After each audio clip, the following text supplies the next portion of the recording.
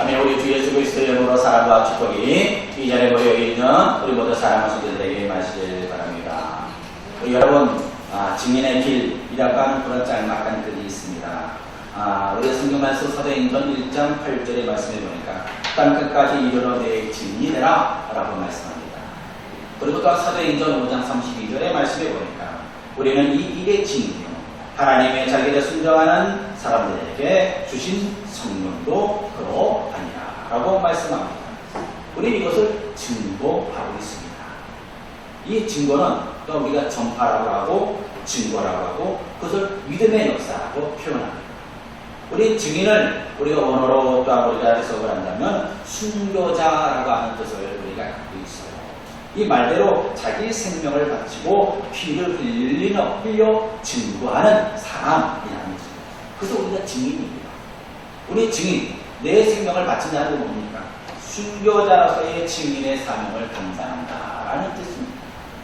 다시 말하면 죽을 각오로 하고 순교를 각오하고 복음에 순종하여 또한 우리가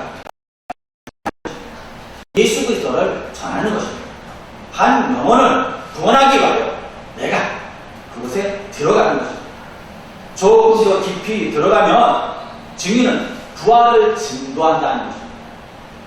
부활, 우리가 죽으면 예수 그리스도께서 부활하셨다라고 하는 증인. 이것을 우리가 어떻게 증거합니까? 나는 부활을 믿습니다. 나는 부활하신 예수 그리스도를 직접 만났습니다. 라고 말합니다. 여기서 남의 문제는 내가 죽어야 한다는 것입니다. 부활을 믿기 때문에 아깝지 않게 순교할 수 있습니다. 순교만이 부활의 증거가 돼요.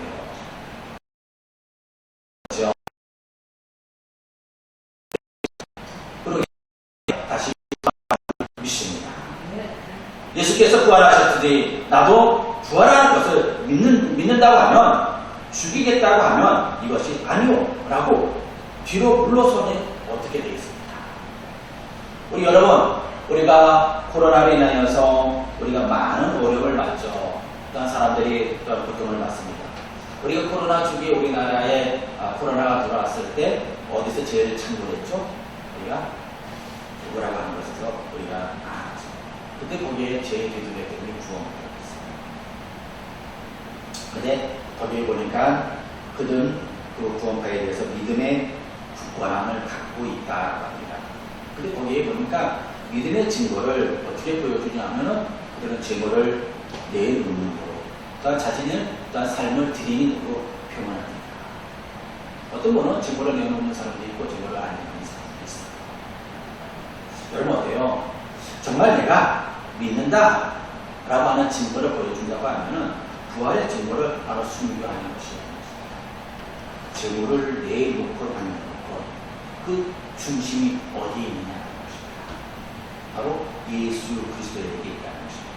아니 생명까지도 아깝지 않다는 것입니다. 죽음이라고 하는 것은 사실 어때요? 우리가 두려워요.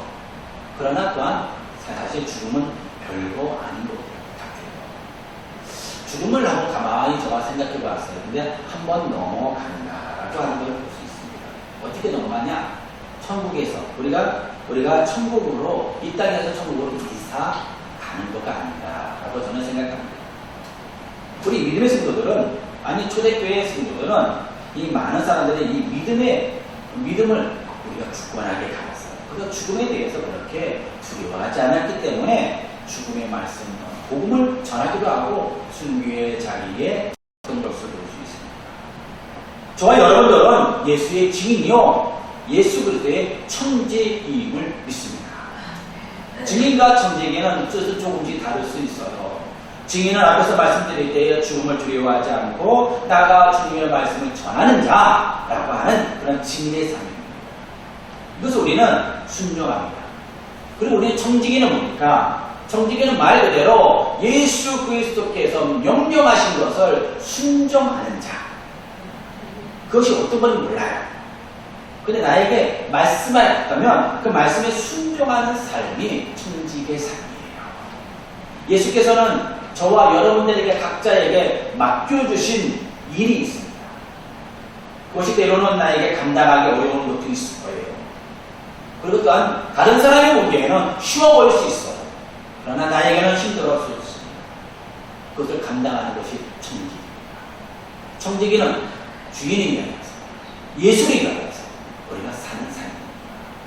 저와 여러분들은 예수의 청지기임을 믿습니다. 근데 오늘 본문의 말씀에 보니까 옳지 않은 청지기라고 하는 청지기가 나옵니다. 청지기에 관한 말씀을 주셨는데 불의한 청지기에 관한 말씀이 먼저 여기서 나열하고 있어요. 의로운 청지기에만 있는 것이 아니라 옳지 않은 청지기에 심지어 불의한 청지기가 있다는 것입니다. 보통 청지기는 어떻습니까? 청지기 하면은 바로 주인의 식탁을 준비하는 청지기가 있어요. 그리고 또한 주인의 재산을 관리하는 청지기가 있습니다. 다시 말하면 주인을 말을 믿고 그대로 순종하는 사람입니다. 대부분은 어때요? 주인의 식탁을 마련하는 것보다 주인의 재산을 관리하는 청지기가 더 많은 걸 볼 수 있습니다. 오늘 본문에 있는 말씀도 주인의 재산을 관리하는 청지기에 대해서 말씀하고 있어요. 우리 여러분, 우리 요셉이 감옥에 있을 때 바로의 술 맡은 관원장, 떡 굽는 그런 관원장이 죽게 됩니다. 근데 요셉이 꿈에 대해서 해석을 한다는 소식을 듣고 그에게 자신들의 꿈을 해석해달라고 옵니다. 우리가 출애굽기 보면 40장에 보면 말씀입니다.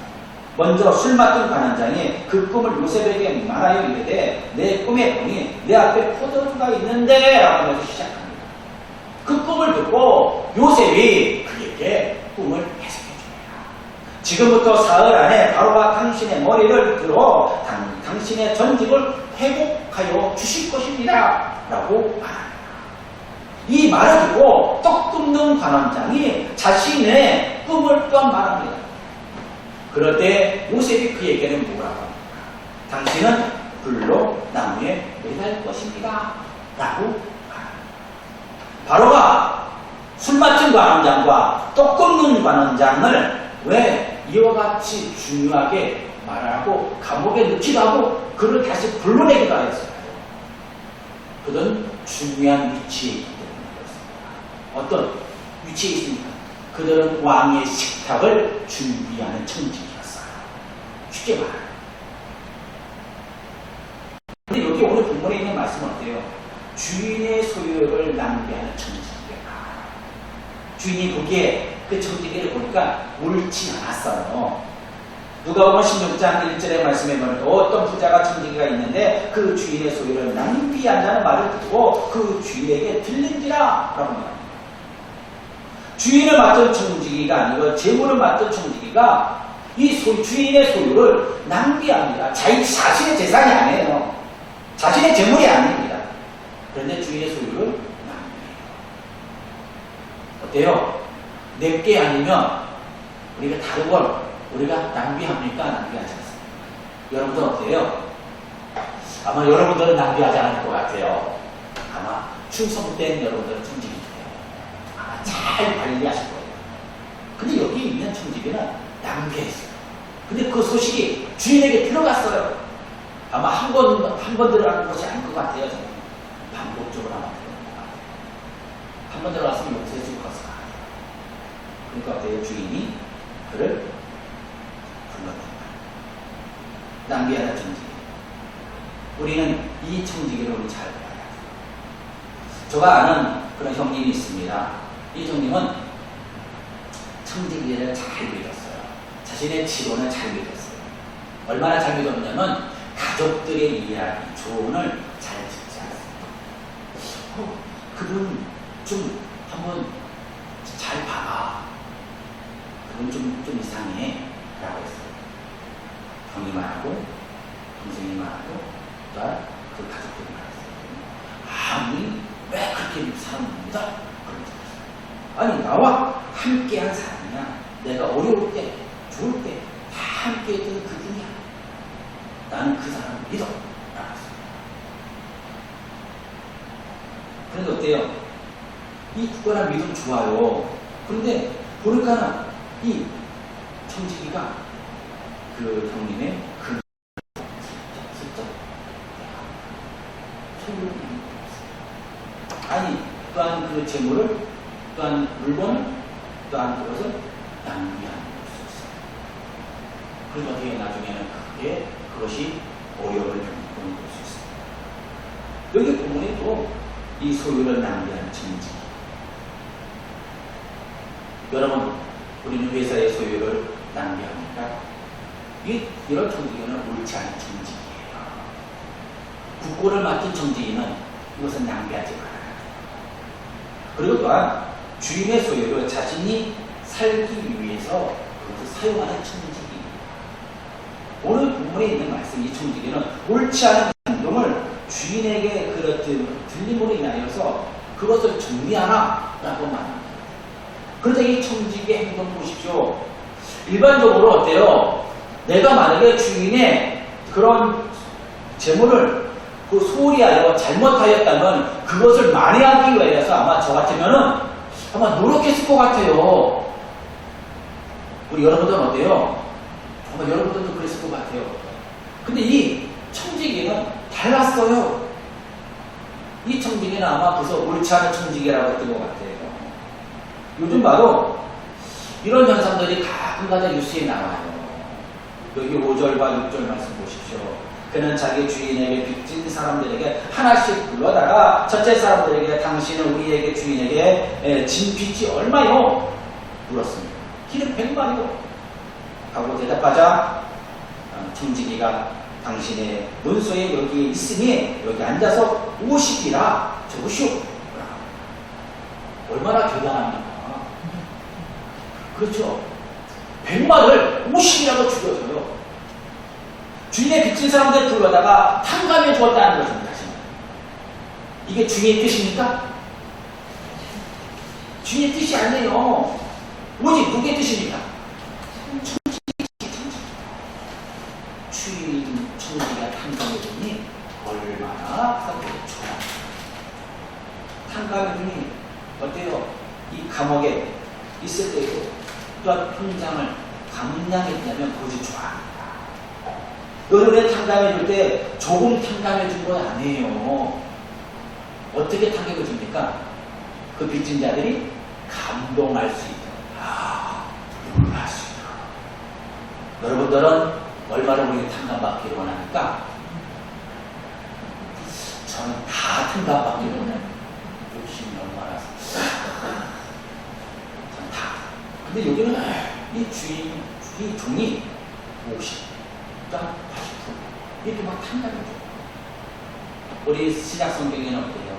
수가성 여인이 예수님을 만나 후에 기쁨과 즐거움을 얻으니까 그는 모든 사람들이 자신을 죄인이라 느꼈어요. 그 사람을 용서하지 않았어요. 받아들이지 않았어요. 자신의 공동체로 또한 받아들이지 않고 그랬어요. 그런데 예수님을 만난 후에는 그가 예수님을 통하여 용서를 받았어요. 그리고 두렵고 외로웠던 심령이 이제는 하나님의 자녀가 되었다고 하는 그 확신을 얻게 되었어요. 그러니 얼마나 기쁩니까? 그러니 이제 동네 자신을 지금까지 받아들이지 않고 공동체로 여겨지지 않았던 사람들에게 나가서 보라! 내가 만난 사람이다. 라고 하면서 너무 기쁘고 너무 감동을 받았어요. 감동을 받은 것이 끝나는 것이 아니라 그의 인생을 변화시켰습니다. 변화시켰을 때 그가 하나님의 말씀, 예수 그리스도를 전하는 걸 보여주었습니다. 우리의 정직에는 주인의 소유를 가지고 사람들의 인심을 샀어요. 이제는 자신이 이 주인에게 쫓겨나가도 살 수 있는 길을 열어놓은 거예요. 어서 많이 들었던 거죠? 여러분 어떻습니까? 요즘에 우리 국가의 관리들이 이것을 국가의 모든 것을 하나씩 내주고 그 기업에 무슨 이사 들어가는 거 수 있어요. 이거 똑같은 거예요. 참, 그때가 지금이야. 야, 세상 사람들은 이렇게 어떻게 이런 지혜가 났을까? 여러분들은 옳지 않은 천직입니까? 아니면 빛의 아들입니까?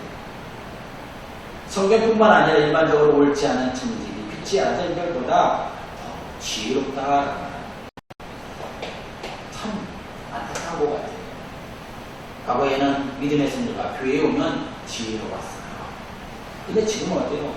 이제는 빛의 아들들이 더 지혜로워요. 성경에는 그러나 분명히 우리들한테 말합니다. 뱀같이 지혜롭고 비둘기같이 순결하라 라고 말씀합니다. 네. 그럼에도 불구하고 우리는 세상의 아들들이, 세상의 그런 사람들이 빛의 아들들보다 더 지혜롭다. 그것을 우리가 해결하기 위해서는 어떻습니까? 그 옳지 않는 그 아들들을 우리가 적절하게 우리가 용서하고 그들을 함께 나갈 수 있는 걸 찾아야 돼요.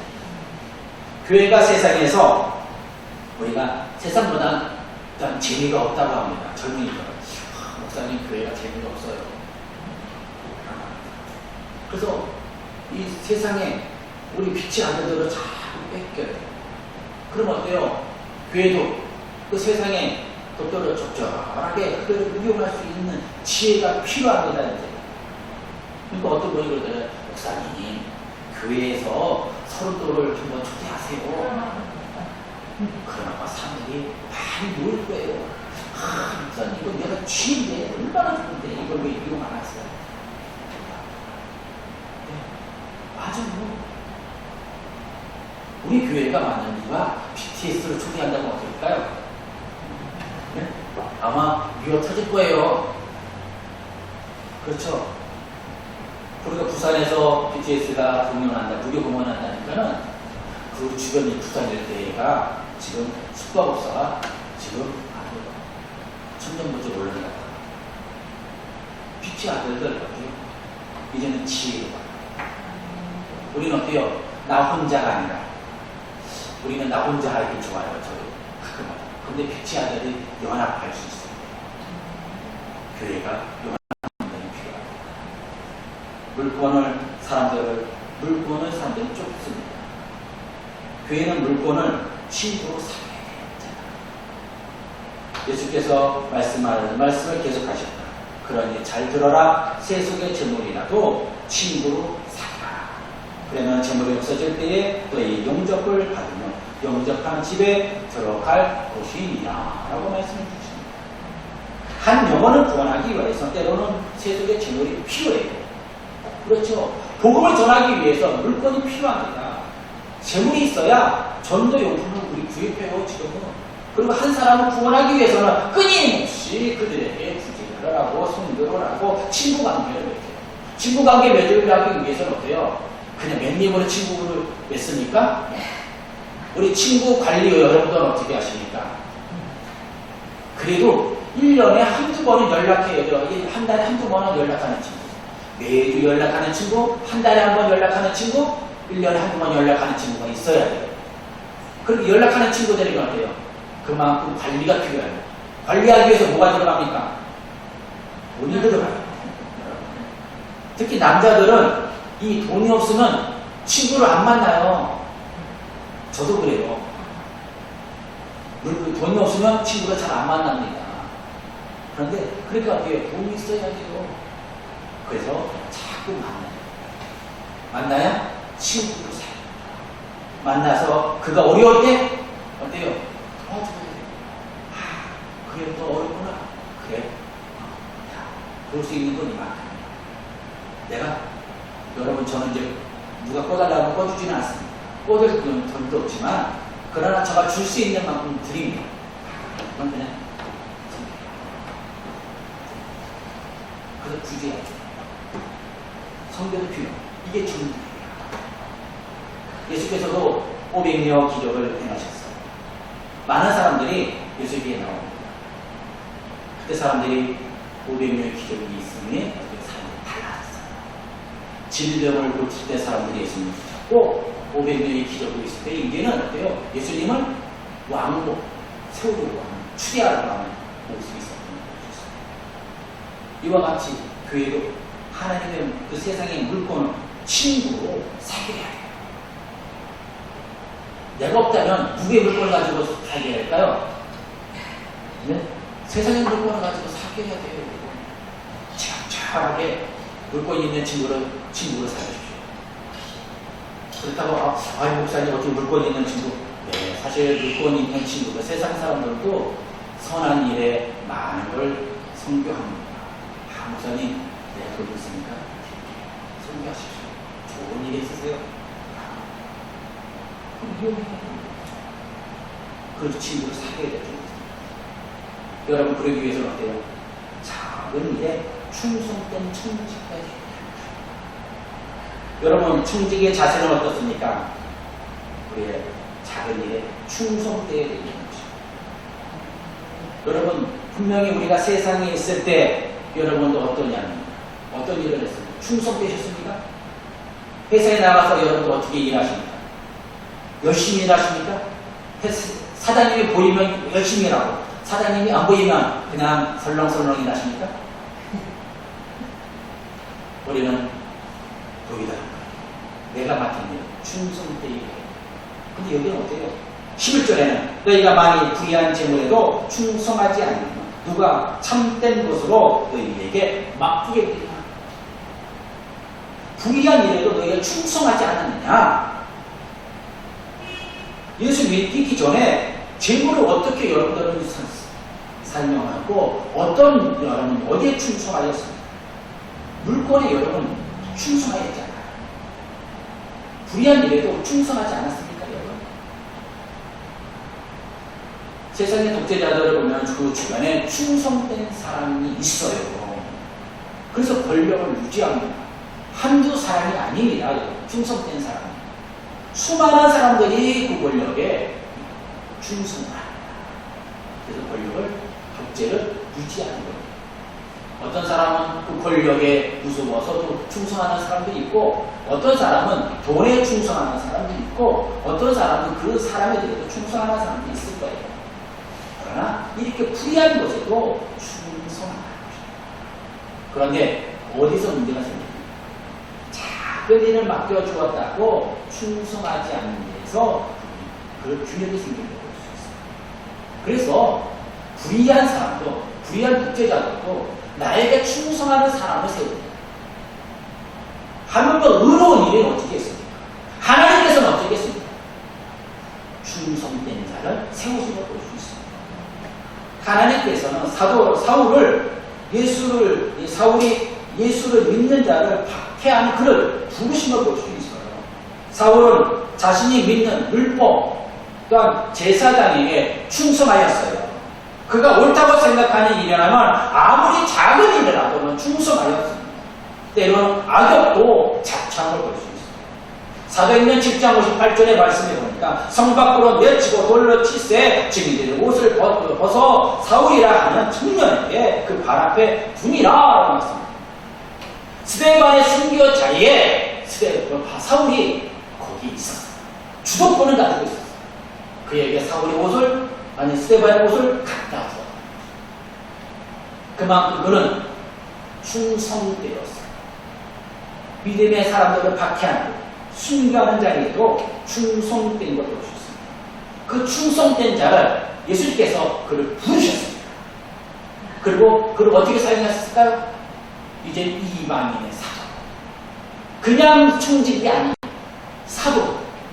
너는 제자야! 라고 하면서 그를 불러주셔서 그에게 이방인에게 복음을 전하는 사도를 부르셨어요.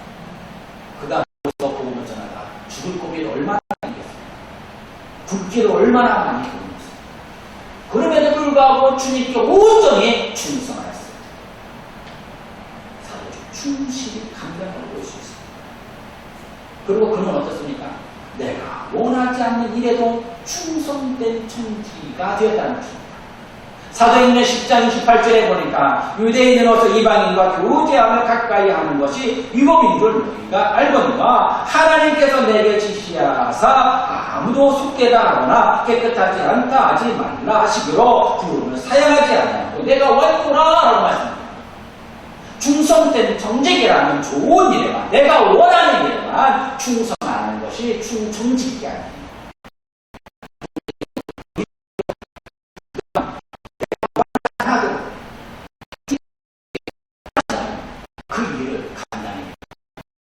때로는 나 감당하기 힘들어요. 라고 회피합니다. 도망칩니다. 그러면 그에게는 더 큰 일이 맡겨지지 않아요.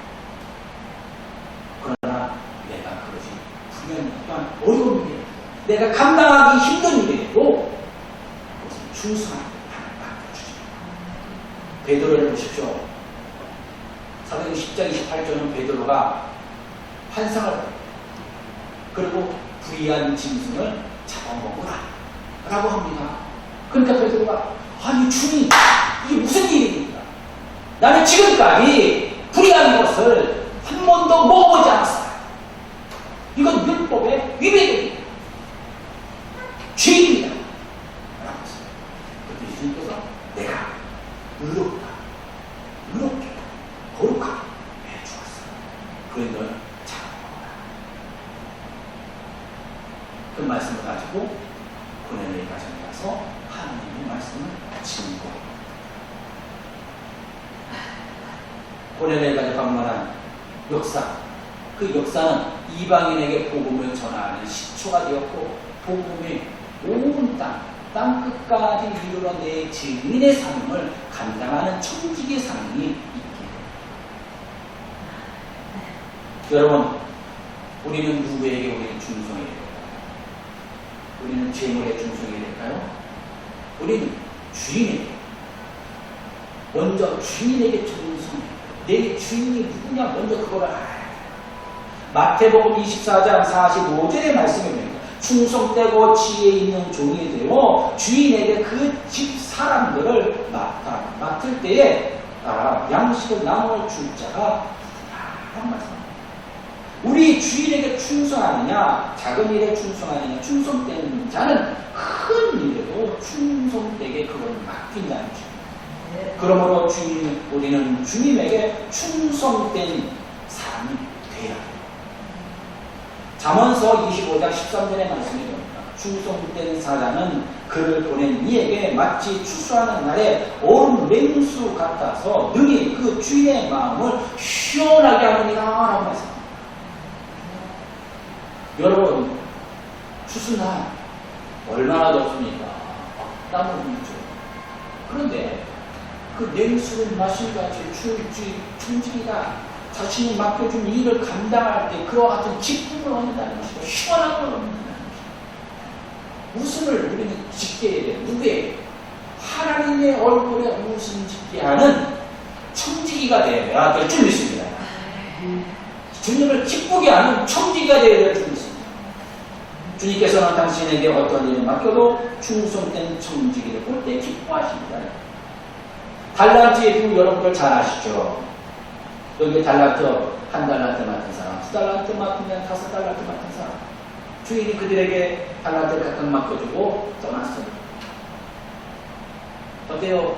두 달란트 맡은 사람, 다섯 달란트 맡은 사람은 그 달란트를 가지고 나가서 열심히 일해서 장사해서 두 달란트 맡은 사람, 두 달란트 이유는 아니고 다섯 달란트는 다섯 달란트 이유는 그런데 한 달란트 맡은 사람은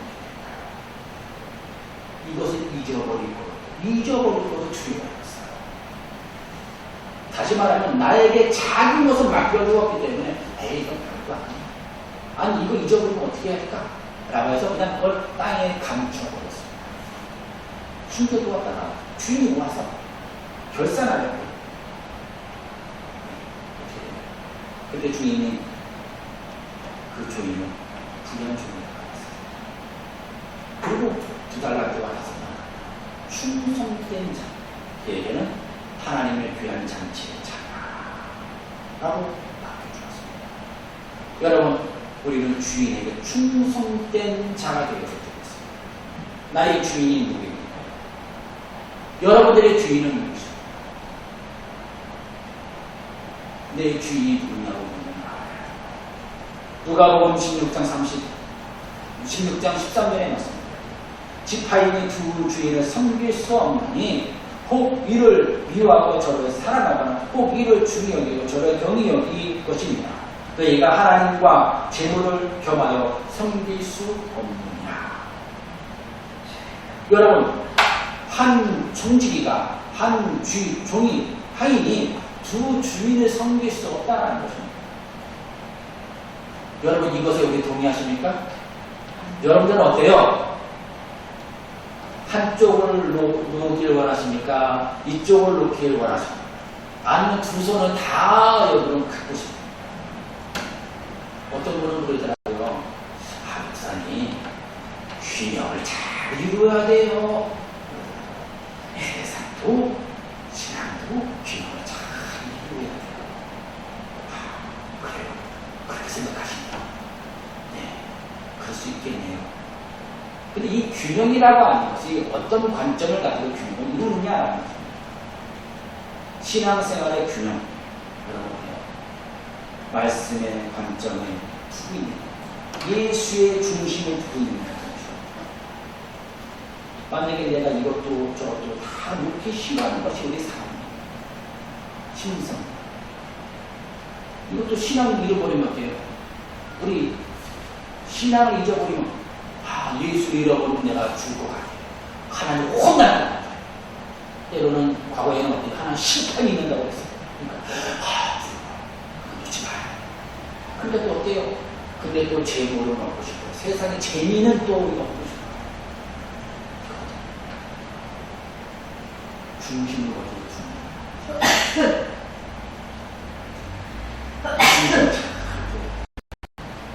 그러면 예수가 내 중심이 있어야 돼요. 예수가 있으면 그 다음에 다른 것들이 이 부수적으로 따라가야 돼요. 우리는 주인을 섬기면 나의 목적이 어디에 두고 있느냐는 것입니다. 돈이 주인이니까 요즘에는 어때요? 물권의 애착을 너무 많이 주죠. 물질로 모든 것을 해결하라고 그러고 한다고 할 수 있어요. 실제생활에 물질이 참 많이 필요합니다. 잠깐 제가 TV를 잠깐 보는데 저분들이 반지요, 귀걸이요, 목걸이요, 팔찌요, 시계요 세트를 주세요. 그러면 우리가 할게요. 그러니까 거기에 사려다가 아니 어떻게 지금 젊은이들은 그래도 물력이 그렇게 많습니까? 라고 하더라고요. 지금 진행하면 안 됩니다. 팔찌, 목걸이